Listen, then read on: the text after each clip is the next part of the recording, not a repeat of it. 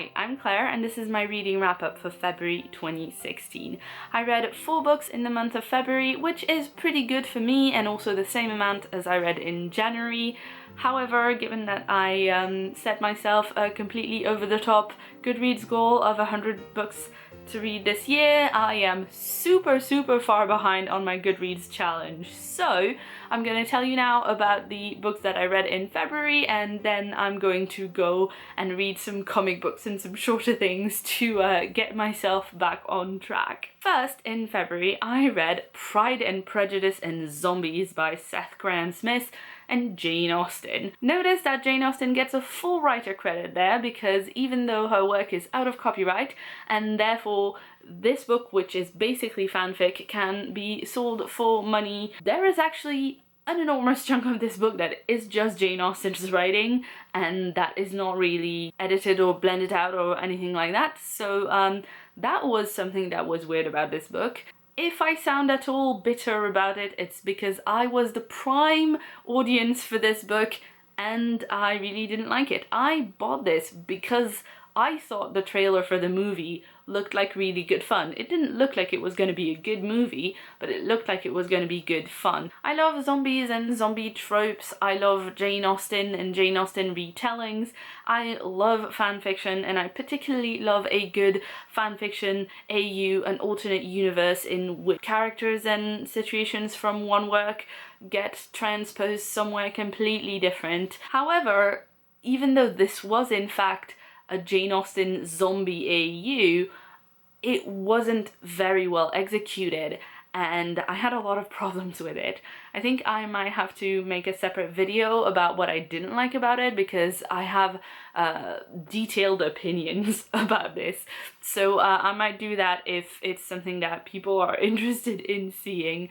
In the meantime, I give it 2 stars on Goodreads. I think I would prefer the movie, but I haven't had time to go and see it and I don't know that it's still showing anywhere that I can see it now. So I might have to wait for a TV release. Next, I listened to the audiobook for The Traitor Cormorant by Seth Dickinson, and this was wonderfully written and completely harrowing. Now, I'm really glad that I listened to this book. I enjoyed it when I was listening to it. I can see why people love it a lot. I can also see why some people really don't like it, and I have to say I had to kind of take breaks every few hours in the audiobook because it was just so tense. As per the title, this novel is all about Beru Cormorant. When she is little, her home country is taken over and invaded by the Empire of Masks. Because she is very smart, she gets sent to a masquerade school.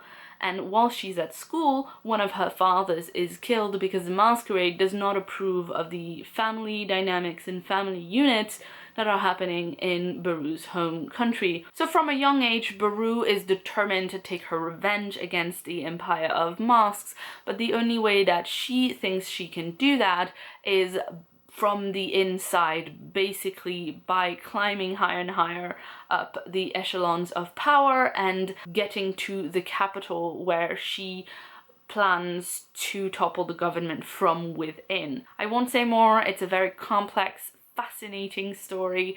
It has just really beautiful world building, but it is very tense and it will hurt you. But the one thing that really didn't work for me at the end of the book is that having been in Beru's third person point of view the entire novel, I didn't think that the kind of twist that happens at the end worked because I didn't think that it fitted with that point of view. And again, I can't really say anything more specific without giving spoilers, but there was just a point where I had to stop the book and think, how did that happen? And then I don't buy that. So I'm definitely glad that I read The Traitor Cormorant now because a lot of people are talking about it for awards and I wanted to know what all the discussion was about.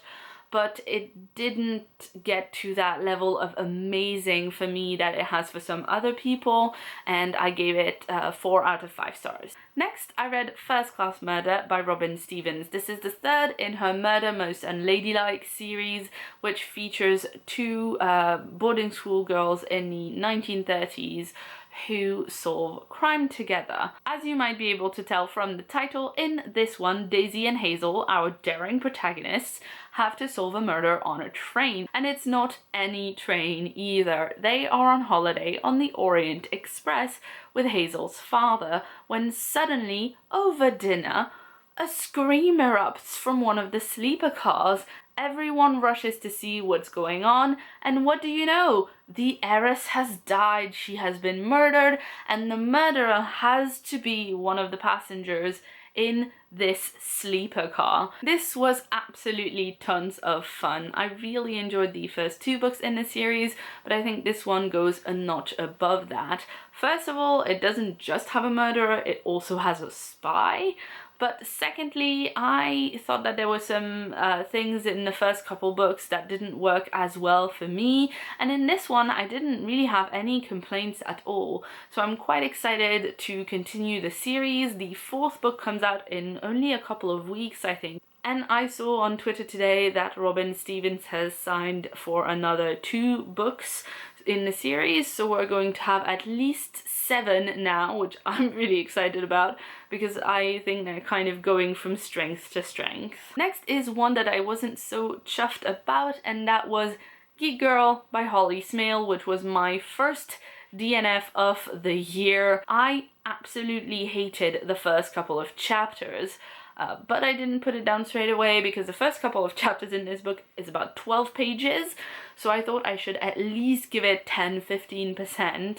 So I read about 70 or 80 pages of this, and then I had to put it down because even though from chapter 3 onwards it wasn't as annoying as the first 2 chapters, it was still really predictable. By the time that I'd gone through what is basically act 1 of this book, the first 50 or 60 pages, I kind of knew exactly what was gonna happen. And the final thing that I read in February, which I did finish and absolutely love, was Deep Secret by Dana Wynne-Jones. This is an adult novel of hers, and I didn't know that she'd written any adult novels. I got it after I heard Rachel from Colonnade talking about it on her channel. Rachel was saying that it partly takes place at a science fiction convention, and I was just so there for that. In this book we meet Rupert Venables. He is a Magid, and because he is the youngest of the Magids, he has charge of Earth and a bunch of other worlds as well that are considered to be